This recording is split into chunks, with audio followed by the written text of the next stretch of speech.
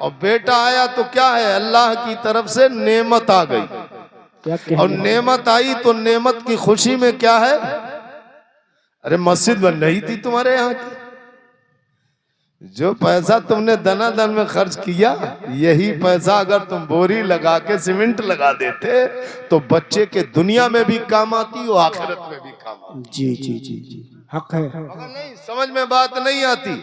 शेर पढ़े हाफिज साहब किबला ने, मस्त हो गए। अरे साहब लाजवाब।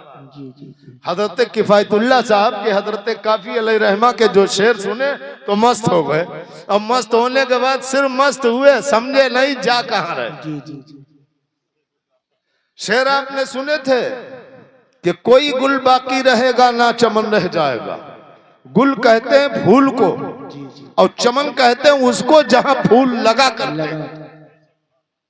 तो कोई गुल बाकी रहेगा ना चमन रह जाएगा, ना चमन रहेगा ना उसमें फूल रहेंगे, सब कुछ चला जाएगा। क्या रहेगा, पर रसूल अल्लाह का दीने हसन रह जाएगा। क्या कहने, वाह वाह, सुभान अल्लाह सुभान अल्लाह। अगर नबी का इश्क तेरे सीने में आ जाए, नबी की मोहब्बत तेरे सीने में आ जाए, एक मर्तबा तुमने सोच लिया होता कि इस बच्चे के नाम से, इस बच्चे के नाम से या उसकी माँ के नाम से ये पैसा अगर अल्लाह के घर में लगा दें तो सब कुछ खो जाएगा, मगर रसूलुल्लाह का दीन खोने वाला नहीं।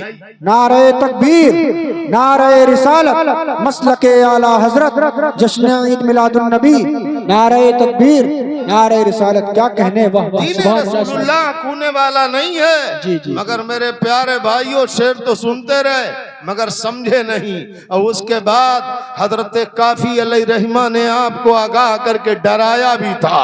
ये सब कुछ बताने के बाद तुमसे कहा था, अय अतलशो कम ख्वाब की पोशाक पे नाजा न हो। ये भी तुम्हें कह के डराया था। पहले तो तुम्हें ये बताया था, लोगों सुनो, न चमन रह जाएगा, न फूल रह जाएंगे, न कुछ नहीं रह जाएगा। ये तख्तो ताज, ये बड़े बड़े आलीशान महल कोई बाकी न रह जाएगा। तुम्हारी शानो शौकत न रह जाएगी, तुम्हारा जाहो जलाल न रह जाएगा, तुम्हारे ये मरातिब न रह जाएंगे, कुछ न रहेगा। अगर रहेगा तो दीन ही रहेगा। और आपने देखा कारून की ताकत अपनी ताकत के जलवे दिखाती रही, मगर इस्लाम मुस्कुराता हुआ क्या कहने, फना हो गया, मगर इस्लाम मुस्कुराता रहा। नमरूद की नमरूदियत चली गई, इस्लाम मुस्कुराता रहा। शद्दाद का वो जुल्म सितम चला गया, मगर इस्लाम मुस्कुराता रहा। मेरे प्यारे भाई, इस्लाम किसी भी वक्त में, क्या तुमने नहीं देखा, मैदाने करबला था, यजीदियों ने अपनी पूरी ताकत के जलवे दिखा दिए, उनके जलवे लुट गए, उनके जलवे खत्म हो गए, उनका खानदान का नामो निशान मिट गया, मगर कुरान के मानने वाले मुस्कुराते रहे, वो कयामत तक मुस्कुराते रहे। क्या कहने, माशाअल्लाह माशाअल्लाह, बहुत खूब, लाजवाब लाजवाब। आपके सभी कुछ आपके समझ में आता है, मगर आप मानने को तैयार नहीं है।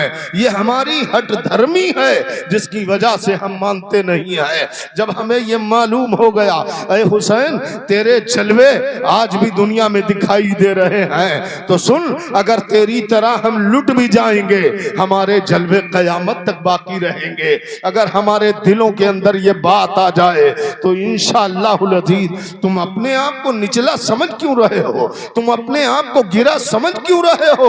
अरे खुदा ने तुम्हें आला बनाया था। मेरे प्यारे भाइयों, क्या तुमने तकरीरों के दरमियान सुना नहीं, इन उलमा ने तुम्हें बताया नहीं, अल्लाह ने तुम्हें मोहताज नहीं रखा। पाल की सरजमीन के मेरे भाइयों, तुम्हें अल्लाह ने मोहताज नहीं रखा।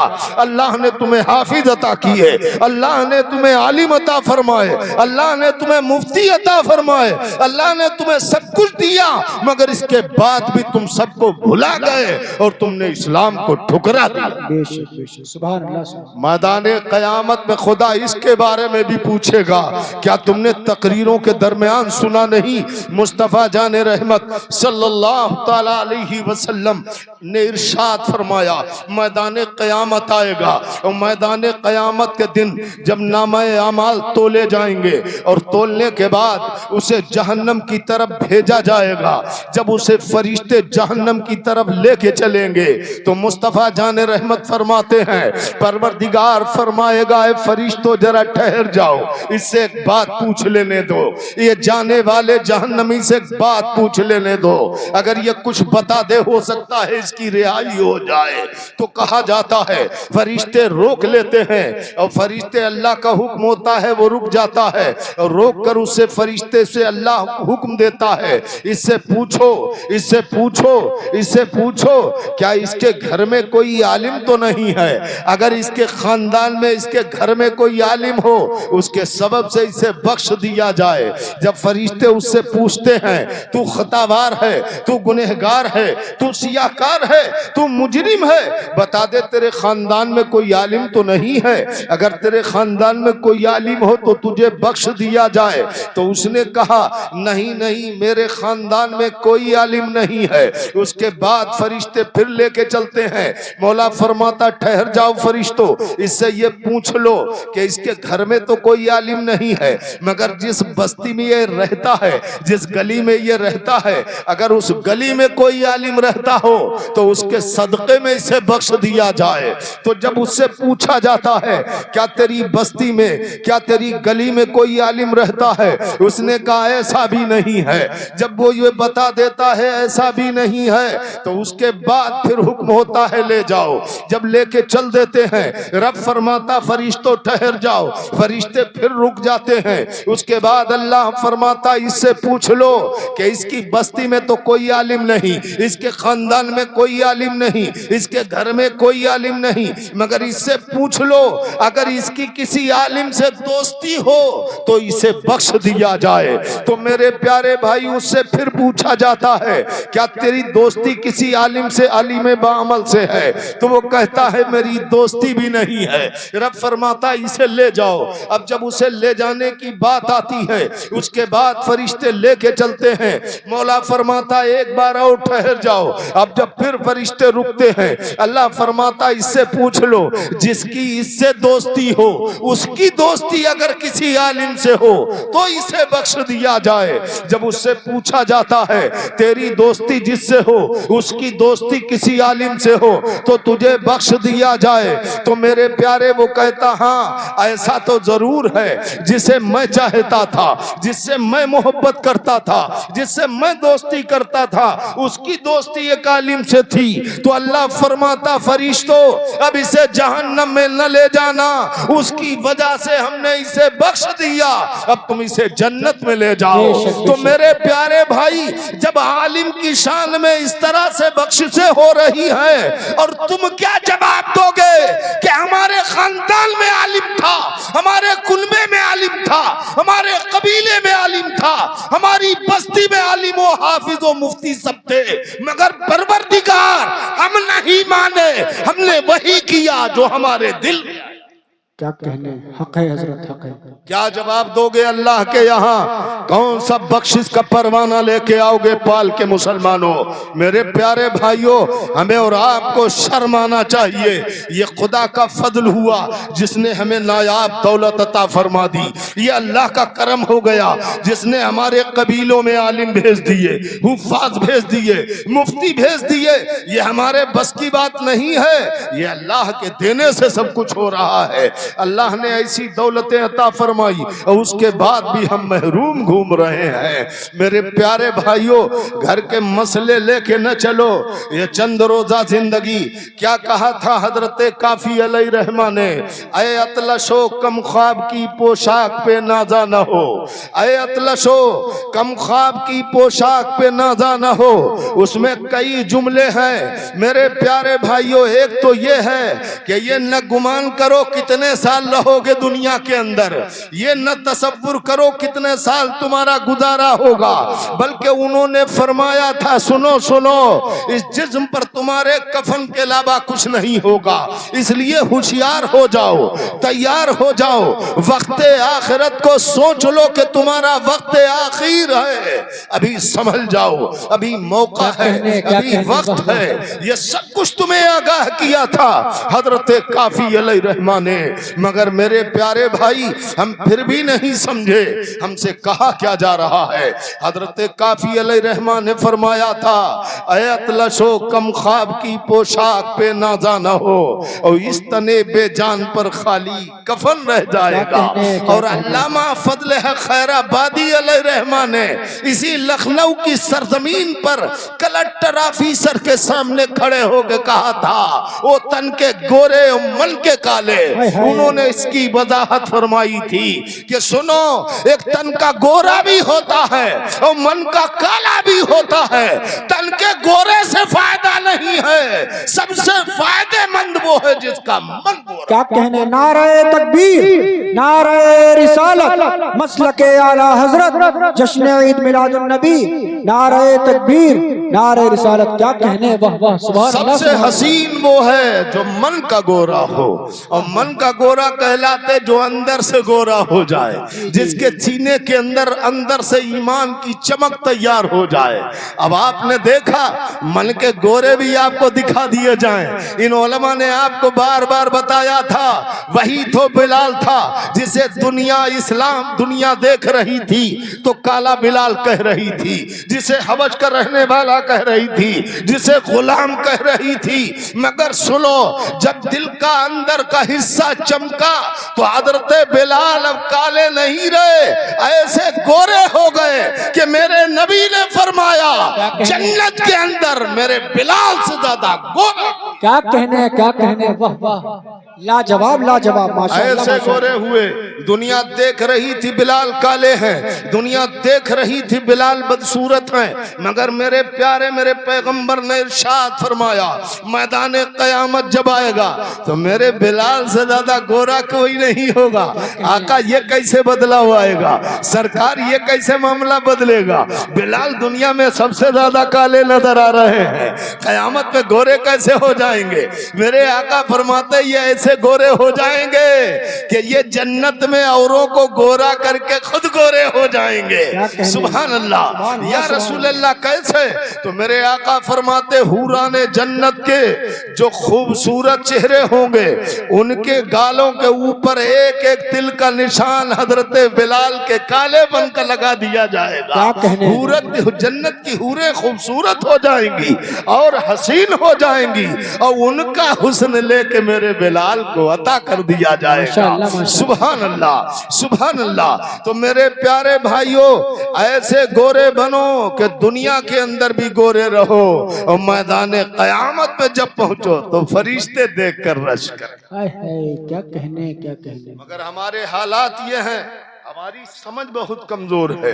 अगर हम कमजोर न होते समझ में तो हम किसी से नीचे होने वाले नहीं थे। कमाना मना नहीं किया गया, जैसा चाहो कमाओ, जितनी चाहो मेहनत करो, जितना चाहे पैसा कमाओ, जितना चाहे दौलत कमाओ, मगर दौलत कमाओ सुबह हो शाम हो तो अपने मदीने वाले आका को याद रखो। क्या कहने, क्या कहने, अपने नबी को याद करो, अपने पैगंबर को याद करो।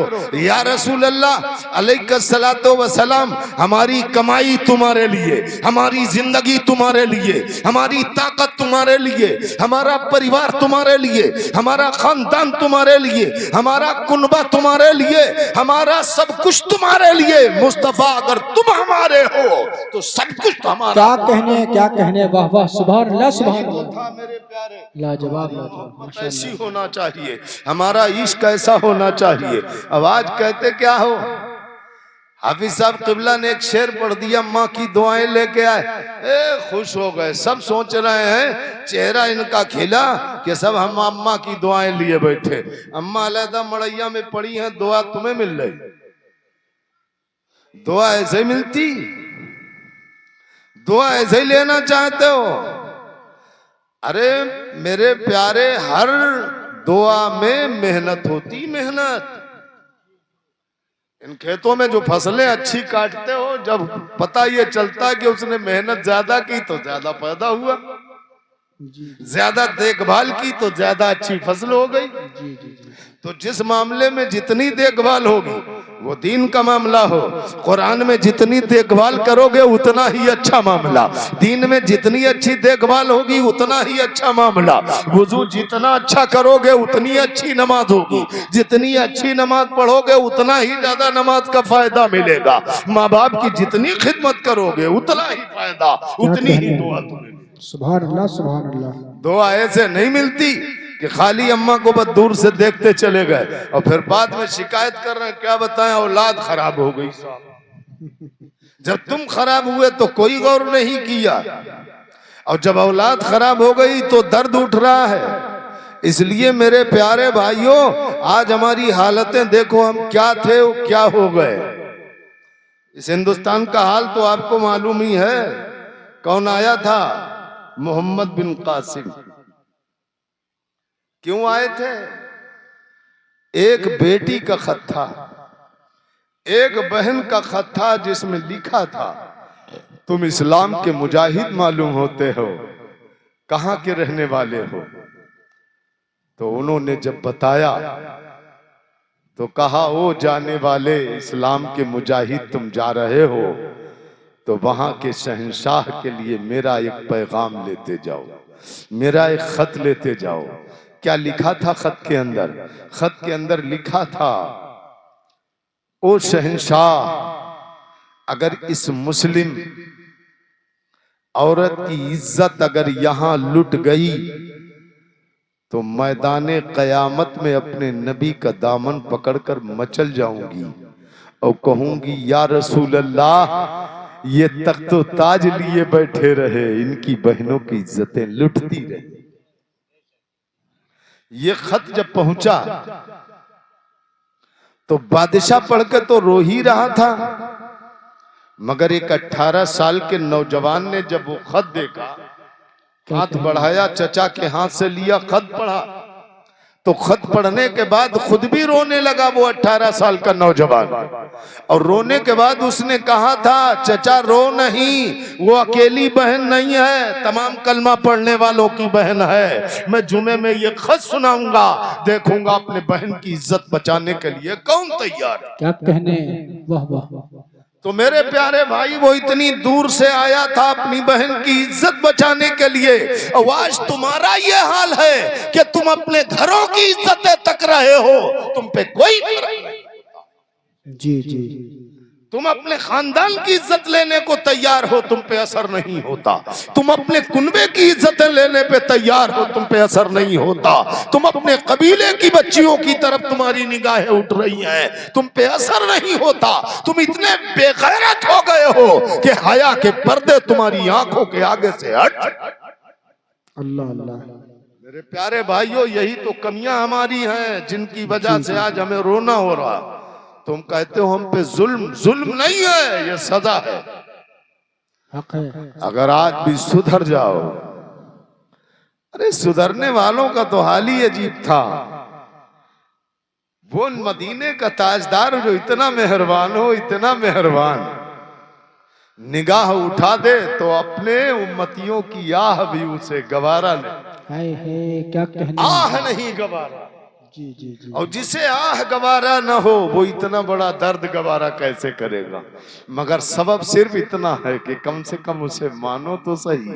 जब मानोगे ही नहीं तो तुम्हारी आह सुनेगा कौन, जब तुम कहोगे ही नहीं। इसलिए कि तुम अपनी मस्ती में मस्त हो, तुम तो अपने हालात में मस्त हो। इसलिए मेरे प्यारे भाइयों, वो नबी जिसने पूछा था सहाबी से कि तुम गरीब हो, तुम तंगदस्त हो, तुम मजबूर हो, मगर जिस दिन मेरी बारगाह में आए हो, बताओ अब तो तुम्हारे दिल की कोई हसरत बाकी नहीं रह गई। उसने कहा, या रसूल अल्लाह, आपकी बारगाह में आने के बाद मुझे सब कुछ मिल गया है सरकार, सब कुछ मिल गया, कोई चीज बाकी न रही, कोई आरज़ू बाकी न रही। मगर सरकार एक मामला बाकी है। मेरे आका फरमाते, बताओ वो हसरत कौन सी है? कहा, या रसूल अल्लाह, गरीबी की वजह से, तंगदस्ती की वजह से, मजबूरी की वजह से, बेघर होने वाले की वजह से किसी ने अपनी बेटी का रिश्ता मेरे साथ नहीं किया, बस इतनी सी आरज़ू बाकी। मेरे पैगंबर का कानून देखो, आका ने दर्द भरी ये आवाज सुनी तो मेरे नबी अपनी उम्मत उम्मती की ये फरियाद सुन के गवारा न कर सके, बल्कि मुस्तफ़ा जाने रहमत तड़प उठे। फरमाया ओ सहाबी, बस इतनी आरजू तुम्हारी बाकी रह गई है, तुम्हारा रिश्ता और कहीं नहीं, जाओ मदीना के उस रईस के यहाँ जाओ जिसके मुकाबले का मदीना में कोई नहीं है। उसके दरवाजे पे जाना, कुंडी बजा देना, अंदर से आवाज आए कौन है, तो कहना कासिदे रसूल हाजिर है। जब दरवाजे की कुंडी खुल जाए, तुम्हें बिठा लिया जाए, तसल्ली से जब बैठने के बाद तुमसे पूछा जाए कि ये बताओ मेरे आका ने किस लिए भेजा है, तो उनसे कहना कि तुम्हारी बेटी का रिश्ता रसूल पाक ने मेरे साथ तय किया है, अगर तुम्हें कबूल हो तो हाँ कर दो, अगर तुम्हें ना कबूल हो तो तुम ना कर दो, वैसा पैगाम मैं आकाए तो जहां से जाके कह दूंगा। अब मेरे प्यारे भाई, वो कैसे ना समझ लोग तो हमेशा हर दौर में रहे हैं। जब ये कासिद ने जाने के बाद ये फरियाद पेश की, और जब कासिद ने ये जाके कहा, जैसे ही कुंडी बजाई, अंदर से आवाज आई कौन है, कहा कासिदे रसूल हाजिर है। जब कासिदे रसूल की फरियाद सुनी, दरवाजा खोल दिया गया, अंदर ले जाके बिठाया गया। थोड़ी देर के बाद पूछा गया तुम्हें आकाए दो जहां ने किस लिए भेजा है। उन्होंने बताया कि मैं इसलिए आया हूँ, आका ने तुम्हारी बेटी का रिश्ता मेरे साथ तय किया है, अगर तुम्हें मंजूर हो तो हाँ कर दो, अगर ना मंजूर हो तो ना कर दो। जब ये बात उनसे कही तो मदीना के रईस चुप हैं, खामोश हैं, बोले नहीं। उन्होंने कहा बताइए तो सही ताकि मैं आका को पैगाम दे दूं, मगर वो चुप हैं। उसके बाद तिबारा वो सहाबी उठे, उठने के बाद कहने लगे तुम्हारी चुप बता रही है, तुम्हारी खामोशी बता रही है कि तुम्हें यह रिश्ता मंजूर नहीं है। मैं जा रहा हूं आका ये दो जहां से यही कह दूंगा कि उन्हें यह रिश्ता मंजूर नहीं है। सहाबी उठे, वो चल दिए। दरवाजे पे जा नहीं पाए कि जिस लड़की के साथ रिश्ता लेके आए थे वो लड़की दरवाजे पर पहुंचती है। अरे जिसके पास ईमान की दौलत होती है मियां, उसके ईमान की दौलत की चमक अलहदा होती है। वो बेटी दौड़कर दरवाजे पे पहुंचती है, कहती ओ कासिदे रसूल अभी जाना नहीं, यहीं ठहरे रहो, मुझे अपने अब्बू से बात कर लेने दो। जैसे ही बेटी पहुंचती है बाप के पास, अर्ज करने लगी प्यारे अब्बू जान, अपना महल देख रहे हो, अपना तख्तो ताज देख रहे हो, अपनी दौलत और सल्तनत देख रहे हो, यही तो था हजरत काफी अलैहि रहमा का पैगाम, यही तो दिया था पैगाम हजरत किफायतुल्लाह साहब ने, यही पैगाम दिया था कि कोई गुल बाकी रहेगा ना चमन रह जाएगा, पर रसूल अल्लाह का दीने हसन रह जाएगा। इसलिए उस बेटी ने कहा था अब्बा सुनो सुनो, ये महल कयामत में नहीं रहेगा, ये दौलत नहीं रहेगी, ये खजाना नहीं रहेगा, ये दुनिया की मालदारी नहीं रहेगी, मैदाने कयामत में उसी की शान रहेगी जिसके सीने में मुस्तफा की इज्जत है। क्या कहने, सुभान अल्लाह सुभान अल्लाह, वाह वाह, बहुत खूब, जिसके सीने में मुस्तफा जाने रहमत की इज्जत रहेगी। प्यारे अब्बू जान, रसूलुल्लाह के लिए बेटियों की कमी नहीं है। मेरे नबी ने जहां चाहा होता वहां रिश्ता पहुंचा देते। अरे सुनो सुनो प्यारे अब्बू जान, मैदान कयामत के दिन सिर्फ तुम्हें यह फख्र हासिल होगा, तुम्हें यह फौकियत हासिल होगी, तुम्हें यह अजमत हासिल होगी कि जिसकी बेटी का रिश्ता रसूल पाक ने तय किया हो। ये बात जैसे ही बेटी से सुनी, अब्बू तैयार हो जाते हैं और अब्बू कहते हैं दौड़ कर आए, कासिदे रसूल से कहा जाओ जाओ जाओ जाओ, मुझे रिश्ता मंजूर है। मदीने के ताजदार से कह दो जिस दिन वो चाहें उस दिन उस रिश्ते को अपने आप कर दें। अल्लाह के नबी सल्लल्लाहु अलैहि वसल्लम के पास कासिदे रसूल जाते हैं, उन्होंने पैगाम दे दिया। मेरे प्यारे भाइयों, आज बहुत से पैगामात ऐसे हैं, बात को तफसीली थोड़े से लोग हो, वक्त भी बहुत हो चुका है, इसलिए तकरीर को मुख्तसर हिसाब किताब से रखा जाए। मैं फिर आपसे यही कह रहा हूँ, ये मिलादें बार बार नहीं होती हैं, आपको जब भी मौका मिले, अरे रात दिन सुनते हो, ये जगह जन्नत की क्यारी हो जाती है जहाँ जिक्र रसूल हो जाता है। और जो जन्नत की क्यारी में बैठना पसंद नहीं करेगा वो जन्नत में जाना कैसे उसे पसंद होगा, वो जन्नत में कैसे जाएगा। इसलिए मेरे प्यारे भाई, इन चीजों से मोहब्बत रखा करो, प्यार रखा करो। इश्क रखा करो। जब इससे मोहब्बत रखोगे तो मैंने बताया वो रिश्ता जो तय किया था रसूलुल्लाह सल्लल्लाहु अलैहि वसल्लम ने, रिश्ता हो नहीं पाया, मैदान जिहाद आ गया। नबी करीम सल्लल्लाहु अलैहि वसल्लम के मुनादी ने निदा दे दी, इस्लाम के चाहने वालों, इस्लाम के मानने वालों, इस्लाम की आबरू के लिए तैयार हो जाओ, जिहाद के लिए तैयार हो जाओ। जिहाद में वो सहाबी गए, उनकी शहादत हो गई, और जब शहादत हो गई तो आकाए दो जहां सल्लल्लाहु अलैहि वसल्लम ने अपने दस्ते मुबारक से उन्हें कब्र के अंदर रखा। और फिर मेरे आका से सहाबा ने पूछा, या रसूल अल्लाह, आप पसीना से तरबतर हैं सरकार, क्या वजह है कि आपको कब्र में इतनी मेहनत करना पड़ी है? मेरे आका फरमाते, हाँ हाँ, मुझे कब्र में इतनी मेहनत करना पड़ी है। इस सहाबी को जब मैं कब्र में ले गया, जमीन पे रखना चाहता था कि हूराने जन्नत से कब्र भर गई, और हूराने जन्नत कहने लगी, मुस्तफा जाने रहमत, या रसूल अल्लाह, इस जन्नती दूल्हा को जमीन पर न रखना, हमारी गोद में दे दो ताकि हम प्यार करें। कितनी खुशकिस्मती है मुसलमानों, काश अगर इंसान ऐसा हो जाए जिसे हुराने जन्नत अपने गोद में ले लें, फिर उसका कहना ही क्या। सुभान अल्लाह, सुभान अल्लाह। इसलिए मेरे प्यारे भाइयों, हमें और आपको सबको ये चाहिए कि मोहब्बत व खुलूस के साथ इस्लाम से प्यार रखो, दीन से मोहब्बत रखो, यही कामयाबी की दलील है।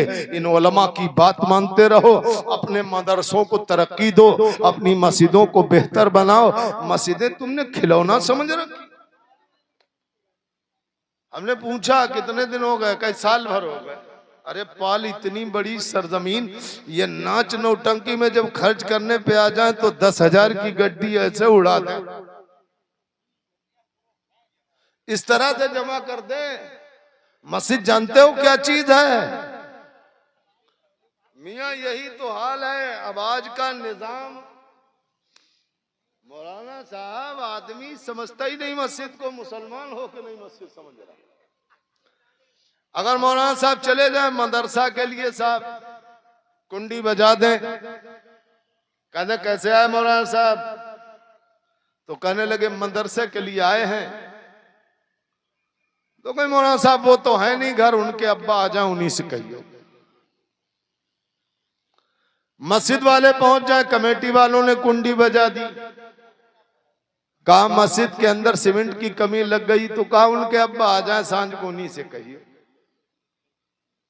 मिलाद में अगर इमाम हुसैन का जश्न मनाया जाए, कुंडी बजी, कहने लगे कौन कई मिलाद वाले आए हैं, कुछ मिल जाए ताकि मिलाद हो जाए मोहल्ले में, तो उनका उनके अब्बा आ जाए, उन्हीं से।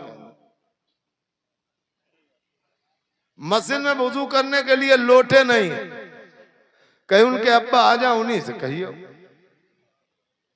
मस्जिद का फर्श बिछना है, चटाई आना, कहीं उनके अब्बा आ जाए, उन्हीं से कहियो। यार हर काम कभी अब्बा से पूछा नहीं, अम्मा ने कभी नहीं पूछा किसी काम। मोहम्मदी की मार्केट टहलना हुई तो अब बैठी ऑटो पे अपने आप चली गई, कभी पूछा नहीं। जो सामान खरीदना था अपने आप खरीदा, अपने मन का ले आई, कभी पूछा नहीं। और मस्जिद में वुजू करने के लिए लोटा के पैसे जब देने की जरूरत लगी तो उनके अब्बा आ जाए, उन्हीं से कहना। क्या मतलब है इसका? मतलब यह है कि जब सब कुछ अब्बा जानेंगे तो कयामत में अम्मा के पास कुछ नहीं होगा, खाली हाथ होगा। कयामत में अम्मा के पास फिर क्या होगा? मेरे नबी ने इरशाद फरमाया था, आयशा अपने नाम से खैरात व सदकात करती रहा करो, मैंने औरतों को ज्यादातर जहन्नम में देखा।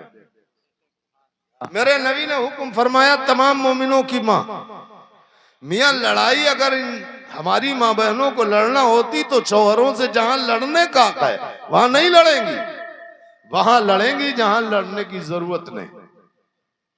आपा के झाले देखिए ही नए डिजाइन तो लड़ाई हो जाएगी। अब झाले वैसे लिए जाएंगे जैसे आपा के, तब तो झगड़ा कर लेंगी। जबकि आपा की और तुम्हारी बराबरी नहीं। अल्लाह ने किसी को माल दिया, किसी को नहीं दिया। किसी के पास इतने पैसे नहीं, उस आदमी को मजबूर ना करो, उसे जलील ना करो। सिर्फ अपनी ताकत की बुनियाद पर जो कुछ तेरे पास है उसी पर अल्लाह का शुक्र अदा कर। बेशक सुभान अल्लाह। आदमी को परेशान न कर, मगर यहां तू परेशान कर सकती थी कि मियां सुनो, अगर एक बोरी मस्जिद में सीमेंट देना है तो आधी अपने नाम से दो, आधी हमारे नाम से दो। हम तुम्हारे कपड़े भी धुलते हैं, तुम्हारे लिए खाना तैयार करते हैं, तुम्हारे लिए बड़ी मेहनतें मशक्कतें करते हैं, तुम्हारी खिदमतें करते हैं, सब कुछ। जब तुम जन्नत में जाओ तो हम भी तुम्हारे साथ जन्नत में जाएं। औरतों को हक हासिल है कि अपने शौहरों से लड़ सकते। बेशक सुभान अल्लाह। नहीं, इनके लिए नहीं लड़ेंगे, लड़ेंगे वही साहब। अब की सूट जो है उनने का पैसे कम है, हल्के वाले बना दो। कोई हल्के वालों से काम नहीं चलने वाला। हमेशा ही हल्के बनाते बनाते रिश्तेदारी में इज्जत ही नहीं रही, रिश्तेदारी की वैल्यू चली गई। मियाँ का भले सब कुछ बिक जाए, मगर बस बिरादरी में जाने के बाद शान ऊंची हो जाए। अरे बिरादरी की शान ऊंची होने वाली नहीं, ये कहने समझ में क्यों नहीं आता। फातिमा ज़हरा ने 72 पेबद की चादर ओढ़कर दुनिया को ये दिखा दिया कि हमें अपने कबीले की इज्जत नहीं चाहिए, मैदान महशर की इज्जत चाहिए। बेशक सुभान अल्लाह सुभान अल्लाह। जो कयामत में इज्जत मिले उसकी जरूरत है, यहाँ की इज्जत की जरूरत नहीं। यहाँ तो हम चादर ही ओढ़ लेंगे। इस 72 पेबंद की चादर पर हमारा गुजारा हो जाएगा, हमारा बदन ढका रहेगा। बस अल्लाह कबूल फरमा ले। वो रज़ाए इलाही चाहती थी। और इनका हर हफ्ते में एक सूट। आदमी से क्या कहेंगे, 3 दांव जा चुके हूँ पहन पहन के, यही वो कहेंगे क्या इनके पास और सूट नहीं, यही एक अकेला है। अब की नए बनवा के जाएंगे, बक्से भर गए। मियाँ इसका भी हिसाब होना है। ये उलमा बैठे हैं, इनसे पूछिए ये 40-40 जो तुमने सूट ले रखे हैं, इसका भी अल्लाह के यहाँ तुम्हें हिसाब देना पड़ेगा। ये बेहिसाब कपड़ों का भी तुम्हें हिसाब देना होगा। तुम इसी में फंस जाओगे और अमल तो तुम्हारे अलहदा रहे।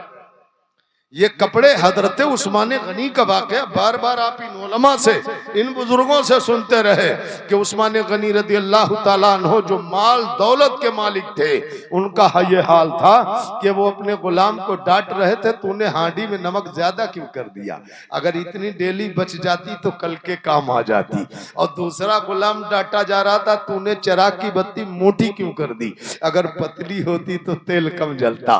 जो इतने बड़े मालो दौलत के मालिक कैसे बचा रहे थे, उस्मान गनी ये डेली बचा रहे हो, ये तेल बचा रहे हो। फरमाया इसलिए बचा रहा हूं कि मैं इसका मालिक नहीं हूं, इसका चौकीदार हूं, इसके मालिक रसूलुल्लाह हैं। मैं ये नहीं चाहता एक पाई मुझसे ज्यादा खर्च हो जाए, ताकि जब ये अल्लाह का दिया माल है, जब इस्लाम को जरूरत लगे तो इस्लाम में और इस्लाम वालों पर खर्च।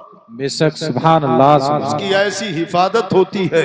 इसलिए मेरे प्यारे भाई, और मस्जिद अल्लाह का घर ये तो सभी जानते हैं, मगर तुम्हें ये भी मालूम है कि कोई चीज नहीं बचेगी, कोई चीज नहीं बचेगी, मगर मस्जिदों के ऊपर कभी कयामत नहीं आएगी। बेशक सुभान अल्लाह। कुछ बचेगा नहीं, मस्जिद पे कयामत आएगी नहीं।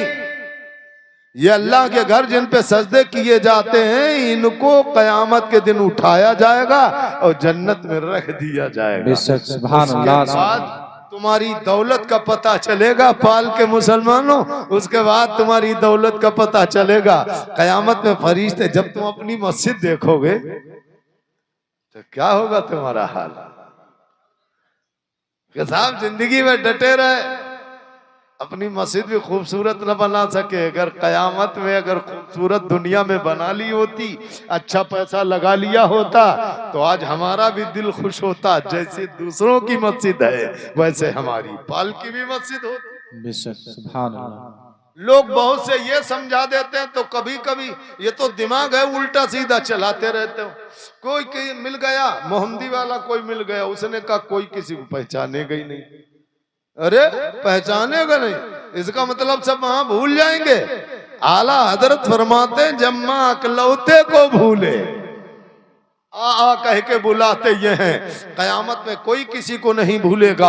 आप जाएंगे बाप के पास, आए मेरे अब्बू मेरे पास एक नेकी की कमी लग गई है। बाप ने बेटे को पहचाना, बेटे ने बाप को पहचाना, मगर उसने कहा नफसी नफसी, हमें अपनी पड़ी है, हम तुम्हें दे कुछ नहीं सकते। बहन ने भाई को पहचाना, भाई ने बहन को पहचाना, एक दूसरे को सब कयामत में पहचानेंगे, मगर किसी के कोई काम क्यों नहीं आएगा? इसलिए नहीं आएगा कि सबकी मंजिलें फंसी हुई होंगी। इसलिए मेरे प्यारे भाई, अपना मामला फांसो नहीं।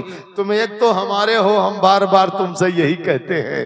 पाल जब भी हम आते हैं तो हम यही कहते हैं, कम से कम तुम हमारे ननिहार के लोग हो। कोई भाई है, कोई मामू का लड़का है, कोई मामू है, कोई है, सब अपने ही हो। इसलिए मैं ये समझाता हूँ कि जरा समझ के अपनी जिंदगी गुजारो कि जैसे आज हम चमकें, अल्लाह करे कयामत में भी हम ऐसे ही चमकते रहें। कयामत में मुस्तफा जाने रहमत हमें अपने दामने रहमत में ले लें, हम उनसे अपना लगाव रखें ताकि हमें कामयाबी मिल जाए। अल्लाह रब्बुल इज्जत की बारगाह में दुआ है, इलाही जो जिक्र खैर किया, इलाही इसमें जो किसी भी तरह के कोई लफ्ज़ात हुए हों, मौला उन्हें अपने फजल से, अपने महबूब की रहमत कामिला के सदक़े से मौला उन्हें माफ़ फरमा दे। इस जिक्र खैर को हम सब के लिए ज़रिए हिदायत बना दे, ज़रिए अमल बना दे, ज़रिए बख्शिश बना दे, ज़ख़ीरे आखिरत बना दे। अस्तग़फिरुल्लाह रब्बी मिन कुल्लि ज़ंब